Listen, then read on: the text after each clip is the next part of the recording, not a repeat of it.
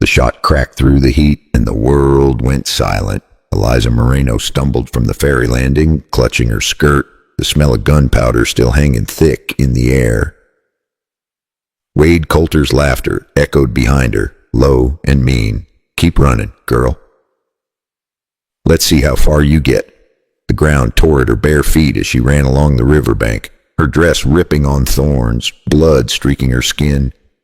But she didn't stop. She could see the line of cottonwoods ahead, the promise of shade, maybe a chance to hide. The Yellowstone glared under the afternoon sun, wide and merciless. She dropped to her knees near a dip in the riverbank, panting hard, her breath ragged and sharp. Her thigh burned where the skin had split open, shallow but bleeding. She pressed her palm there, whispering through her teeth, "Keep moving, Eliza. Don't you stop now." Behind her, a horse snorted, hooves shifting in the sand. She froze. Wade was still back by the ferry, shouting curses, but he didn't follow. The river's glare was too bright, the heat too much for him to chase far. She crawled lower, the dust sticking to her sweat, until her arms gave out. Then everything went quiet except for the hum of flies and the slow roll of water. From the trees came the sound of boots, steady and sure. A man stepped into view, rifle in one hand, hat brim low against the light. Silas Hart, 55, ex-Army scout, carried the kind of calm that comes from living too long with ghosts. He saw her lying there, half hidden by grass and mud, and for a moment he thought she was gone. Then she lifted her head, eyes wide, voice barely a whisper. "Please, help me." He knelt beside her, the smell of leather and river dust heavy between them. "Easy now," he said, his voice rough but steady. He brushed dirt away from the wound on her thigh. When his fingers pressed too hard, she gasped and caught his wrist. "That hand, gently, please." He stopped, meeting her eyes. There was fear there, but not the kind that begged to be pitied. It was the kind that fought to stay alive. He nodded once. "All right," he said softly. "All right." He tore a strip from his sleeve, cleaned the scrape with whiskey, and wrapped it tight. Her body trembled, but she didn't pull away. When he was done, she let out a shaky breath, half a laugh, half a sob. Silas glanced toward the ferry landing. No one followed, just dust, heat, and a stillness too heavy for comfort. He looked back at her, this stranger in a torn dress and bare feet, and muttered to himself, "What kind of man fires at a woman and walks away smiling?" The river kept moving, carrying their reflection across its gold surface, and somewhere in that moment, between the pain and the quiet, two lives started to cross. The sun was slipping low when Silas lifted Eliza onto his horse. She held tight to the saddle horn, her dress still torn, her leg wrapped in his old sleeve. Each step of the horse made her wince, but she didn't complain. The river glimmered behind them like molten glass, fading slow into the trees. They rode in silence for a while. The only sounds were the hooves and her uneven breath. After a long mile, Silas spoke first. "There's an old line shack near Yankee Jim Canyon," he said. "Not much, but it'll keep the wind off." Eliza nodded, too tired to answer. By the time they reached the shack, night had settled. It leaned tired against the valley, but it felt like a miracle after the riverbank. Outside, his old bay stood tied under the cottonwoods, and a smaller mare nosed the grass by the fence. Silas helped her down, guided her inside, and lit a small lamp. The air smelled of pine and dust. One cot, one stove, one chair. That was all. He knelt again beside her, checking the bandage. When he touched the edge of the cloth, she flinched. He stopped right away, voice low and kind. "Don't worry, just making sure it's holding." She gave a small nod. "I'm fine," she whispered. "Just hurts when I move." He smiled, faint but real. "Means you're still breathing." He poured a bit of water into a tin cup and handed it to her. She drank slow, eyes studying him in the dim light. "You didn't have to help," she said. Silas looked down, turning his hat in his hands. "Maybe not," he said, "but I reckon somebody had to." Outside, a coyote called in the distance, a lonely sound that made the night feel wider. Eliza pulled the blanket tighter around her shoulders. "Who was he?" she asked softly. "The man who shot at me." Silas hesitated. Someone who thinks life's cheap. Will he come after me again? He met her eyes. Not tonight. The lamp flickered as the wind brushed the walls. Silas poured whiskey into a tin, took a slow sip, then set it aside. The crackle of the room took him back to another night by a river. Rain, a sick child, a ferryman refusing to cross. He had never forgotten that man's face, or the sound of his daughter's breathing fading with the storm. You should rest, he said. Tomorrow, we'll figure what's next. Eliza nodded, lying back. Her breathing steady now, her face soft in the warm light. For the first time in a long time, Silas felt something he hadn't felt in years, a reason to stay awake, a reason to care. He looked at her, then at the faint stars through the open door, and muttered to himself, "Don't stop. Keep going." Outside, the night deepened, somewhere far downriver. A horse whinnied and then went quiet. Silas set his rifle near the door, one hand on the stock, and whispered a prayer only he could hear. Because in a land this wild, sometimes the smallest breath of hope was the loudest sound of all. Morning came slow and red over the valley. Smoke from the small fire drifted up through the broken roof boards. Silas was already awake, sitting by the door with his rifle laid across his knees. He had not slept much. Too many old thoughts had come crawling back with the night. Eliza stirred on the cot. Blinking at the light, her voice was soft. "You kept watch all night." He nodded. "Couldn't help it. Something feels wrong out there." She smiled faintly. "You always this jumpy." He grinned just a little. "Only when I have a reason." He stepped outside to check the tracks near the stream. The dirt was soft, and it didn't take long to find what he feared. A single boot print, deep heel, turned slightly to the left. He crouched down, tracing it with one finger. He knew that walk. He had seen it years ago at the ferry on a night full of rain and thunder. A man had turned him and his sick daughter away, saying the river was too high to cross. By morning, she was gone. That man's name was Wade Coulter. Silas stood there for a long moment, jaw tight. Then he walked back to the shack. Eliza was sitting up, trying to braid her tangled hair. She looked better now, pale but alive. When she saw his face, her smile faded. "What is it?" she asked. He set the rifle against the wall. "I found tracks. He's close." Her hands stilled. "Wade." He nodded once. "You know him. He owns the ferry. Thought he owned me too." The words hung in the air like smoke. Silas poured water into the tin cup and passed it to her. "Drink up," he said. "We'll move soon."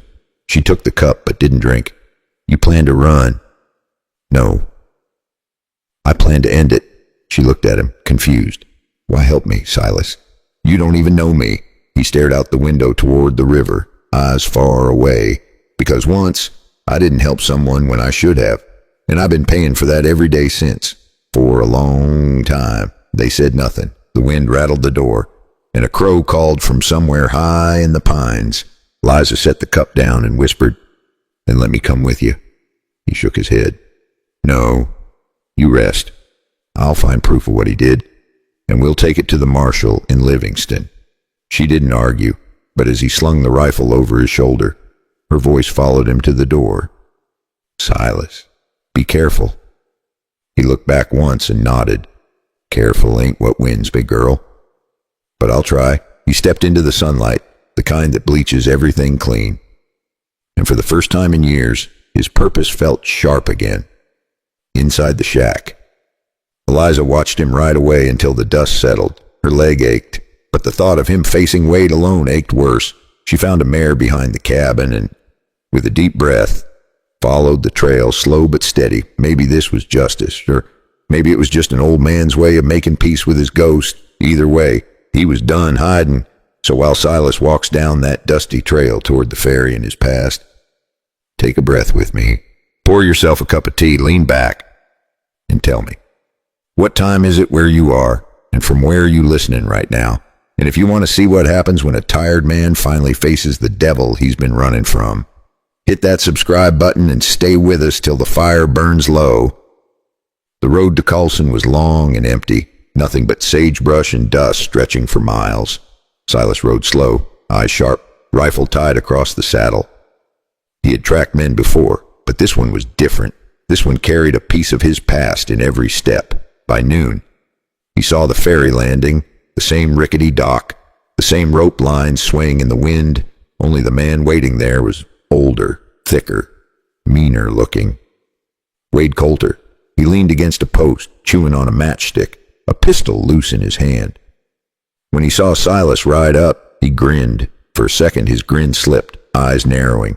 He knew that face. The ferryman who once refused a man and his little girl on a stormy night years ago. Well, I'll be damned. Thought you were dead, old man. Wade's grin widened, eyes glinting with a cruel light. The old man from that night? You think this time you'll save someone? Silas, maybe her, or maybe yourself. Silas dismounted slow, dust lifting around his boot. Not yet. Wade tilted his head. You got something belongs to me. That girl. Silas's face stayed calm. You mean the one you tried to shoot? She ran off with my money. She ran off with her life. The air between them turned still. The river whispered behind them, low and steady. Wade's hand twitched near his gun. Silas noticed, but didn't flinch. Don't, he said quietly. Not today. Wade laughed. You think you can scare me with that old voice? He drew. The shot came fast, the echo cracking across the river. Silas dropped low, the bullet grazing his sleeve. His rifle came up in one smooth motion. He fired once. The bullet hit the post beside Wade's head. Splinters flying. Wade froze, his grin gone. For a heartbeat, neither man moved. Then Eliza's voice cut through the wind. You missed me once, Wade. She stepped from behind a wagon, her leg wrapped tight, her hand steady on the revolver. Wade spun toward her, eyes wide. That half second was all Silas needed. He closed the distance, grabbed Wade's arm, and slammed the pistol from his grip. The two men struggled, boots grinding in the dirt. Silas's strength came not from youth, but from something older and harder. He pinned Wade against the post, breath heavy, eyes blazing. This ends here. He threw one punch, then another. Wade hit the ground hard, blood running from his mouth. Wade reached for the fallen gun, fingers scraping the dirt. Eliza limped forward and kicked it away just as he grabbed the barrel. Silas pinned him down, breathing hard, his voice sharp as steel. Stay down, Wade. Eliza limped closer, revolver still in hand. Silas looked down at Wade, chest rising slow. You'll answer to the marshal in Livingston. Wade spat in the dirt, voice broken. You think the law cares? Silas turned away. Maybe not. But I do. He tied Wade's wrist, slung him over the horse, and looked back at Eliza. You did good, girl, she smiled faintly. You too, old man. As they rode away, the wind carried the faint sound of the river rolling on, calm again, like it always did after a storm. But behind them, Wade's words echoed in Silas's head, words that didn't sound like a threat, but like a promise, 'cause sometimes, even when the fight is won, the past isn't finished yet. The marshal from Livingston arrived before dawn. He said nothing when Silas handed Wade over, just nodded, tied the man down, and rode off with him toward the station road. Before he left, the marshal glanced at Wade, then turned to Silas. He won't cause no more trouble. Hart, you did good. Silas gave a slow nod, but his eyes stayed on Wade, making sure the devil he'd chased for years was finally chained for good. Eliza stood a few steps back, watching in silence, a faint tremor in her breath that wasn't quite relief. Not yet. When the sound of hooves faded, the valley felt quiet again. Too quiet. They stayed in the shack for several days, letting the silence mend what bullets could not. Eliza slept long hours, and Silas kept the fire going, sometimes reading old letters by lantern light. Each day the sound of the river grew softer, like the land itself was learning to breathe again. Eliza sat near the dying fire, her legs stretched out. The morning light soft on her face. Silas poured water from a tin kettle, the steam curling up between them. Neither spoke for a while. The silence was not heavy anymore, just full of things they both understood. She finally said, You could have killed him. Silas stirred the fire with a stick. I could have, but then what would be left? He looked at her. Sometimes you win by stopping before you lose yourself. Eliza nodded, eyes shining a little. Guess that's harder than pulling a trigger. He smiled. It always is. Days passed. The river rose with spring melt. The cottonwoods turned green again, and Eliza began to walk without the limp. Silas fixed the fence near the shack, and for the first time he hummed while he worked. She teased him about it, and he just shook his head. "I don't hum," he said. But he did. One evening, they sat by the river, watching the water move. Eliza picked up a small wooden carving from the table. It was a bird. Wings spread wide. Silas had made it from an old piece of pine. She turned it in her hands. "You make this for me." He nodded. "It's a river bird. They don't fly far, but they always find their way back." She smiled, setting it on her lap. "Thank you." He looked at her, voice low. "You're free now." "Eliza," she shook her head, softly. "Maybe we both are." The sky turned gold, the water soft and endless. In that quiet, Silas thought of his daughter. Maybe she was at peace now. Maybe this